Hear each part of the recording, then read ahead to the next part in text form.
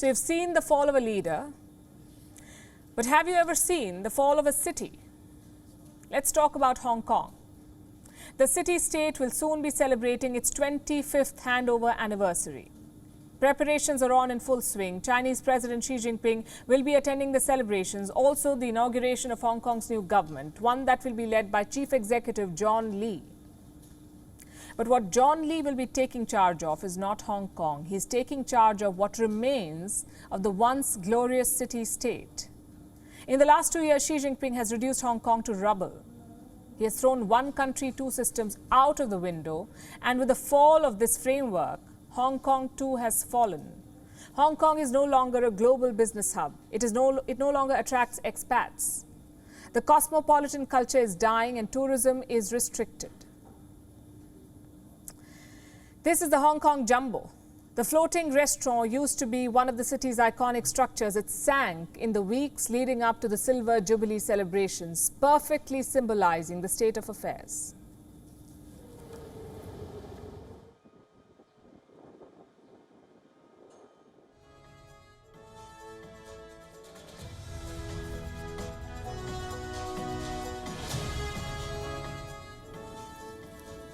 Hong Kong in 2022 was not supposed to look like this.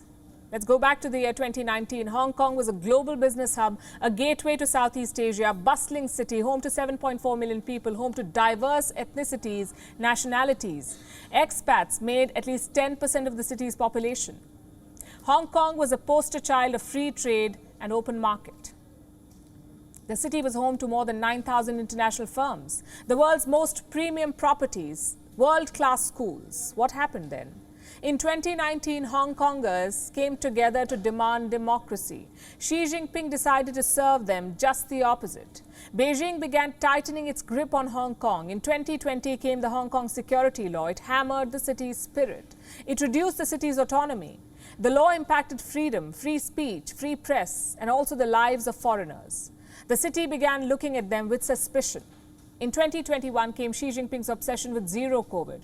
Hong Kong was shut off from the world, slapped with stringent lockdowns. Businesses suffered and so did people. When Hong Kong began separating COVID-infected children from their parents, it was the final straw, the final nail in the coffin for many citizens. They began leaving. 23,000 people left Hong Kong in 2021, 93,000 in 2020. Half of European businesses are considering leaving the city. A survey of US companies found that 30% had delayed investment and 25% are considering leaving Hong Kong. Many prominent companies have already left. The list includes VF Corporation, that's the parent company of the North Face, Timberland, Vans, etc., also Vanguard. Today, Hong Kong's cosmopolitan culture is dying. 157,000 people moved out of the city in the first 3 months of this year. Many of them were expats. More than 23,000 moved out in the month of May. Among them were engineers, IT professionals, also investment bankers. The banking sector has long been Hong Kong's blue-eyed boy, but in the last 2 years, top talent from HSBC, Credit Suisse, Citi and Deutsche Bank have either transferred themselves to other countries or have left their Hong Kong-based jobs. To avoid losing talent, JP Morgan moved several managing directors out of Hong Kong. Today, Hong Kong's brain drain is visible in the city schools. At least 30,000 students quit between October 2020 and September 2021. At least 4,050 teachers have resigned their jobs in the last academic year. Where are all these people going? Singapore has been a major beneficiary. Schools there have seen an influx of students coming from Hong Kong. The families moving are selling their houses at lower prices. So prices of pre-owned homes in Hong Kong are down at least 7%. Today, people aren't chasing Hong Kong-based jobs anymore. Visa applications have fallen by at least a third. The Hong Kong port, which was once the busiest container port in the world, is now number 8 on the chart. Neighbors Singapore and South Korea have overtaken the city.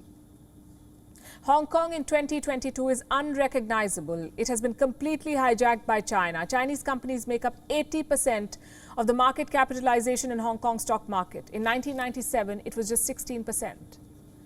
If you account for the top 10 holdings of the benchmark Hang Seng Index, you would see that 7 are Chinese firms.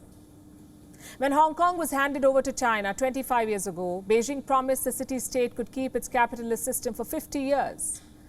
But in the last 2 years, Beijing has destroyed foreign businesses and cynicized Hong Kong. The one shining star of Asia is now closing itself to the world. Hong Kong is becoming inaccessible, unlivable, and this is a gift of Xi Jinping. WION is now available in your country. Download the app now and get all the news on the move.